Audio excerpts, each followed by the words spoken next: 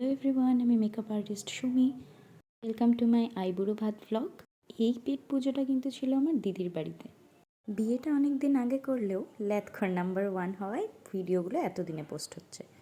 যাকে সাজানো গোছানো কোনো ভিডিওর এক্সপেকটেশন এখানে রেখো না, কারণ আমার চারপাশে খুব বড় মাপের ফটোগ্রাফার থাকে। এই যে এবড়ো খেবড়ো কিছু ফুটেজ পাওয়া গেছে, এতে আমার 7 নয় 14 জন্ম উদ্ধার। বিয়ের আগে আমার অবস্থা মালতী মাসির থেকে কিছু কম ছিল না।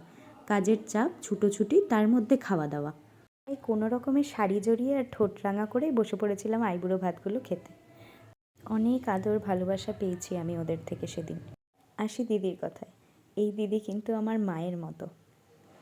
আজও কেউ জিজ্ঞেস করলে আমাদের 3 বোনেরই ঠোঁট কাঁপে এটা বলতে যে আমরা নিজের বোন নই। সরি, গলা ধরে আসছে ক্লিপসগুলো দেখে। এরপরেই দেখতে পাবে কন্টিনিউয়াসলি আমরা হাসার চেষ্টা করছি, প্রচণ্ড হাসছি। কেন জানো তো? কারণ যদি না হাসতাম তাহলে হয়তো ফিরে আসার কষ্টটা সহ্য করতে পারতাম না। দিদির সো কল্ড নিজের বোন থাকতেও আমি কিন্তু খুব আবদারের আহ্লাদের ওদের কাছে।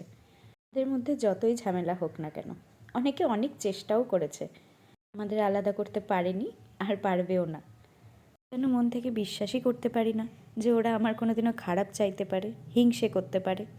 অনেক রাগ, দুঃখ, অভিমান, ভুল বোঝাবুঝি এগুলো আমাদের মাঝখানে দূরত্ব এনে দিলেও কোনোদিন আমাদেরকে আলাদা করতে পারেনি। জানো, কারণ আমরা জানি মনটাকে বড় কিভাবে করতে হয়।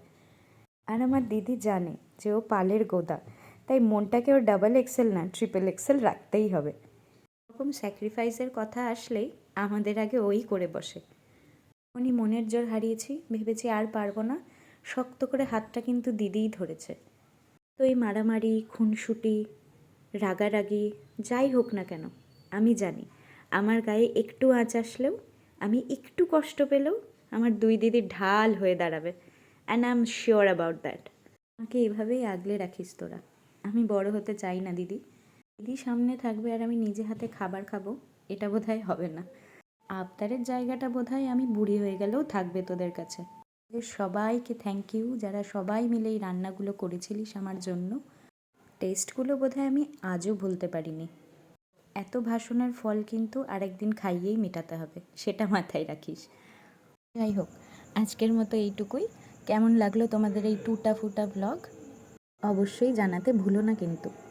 সবশেষে এটুকুই বলবো দিদি, তোকে কতটা ভালোবাসি সেটা হয়তো বলে বোঝাতে পারবো না, বোঝাতে চাইও না।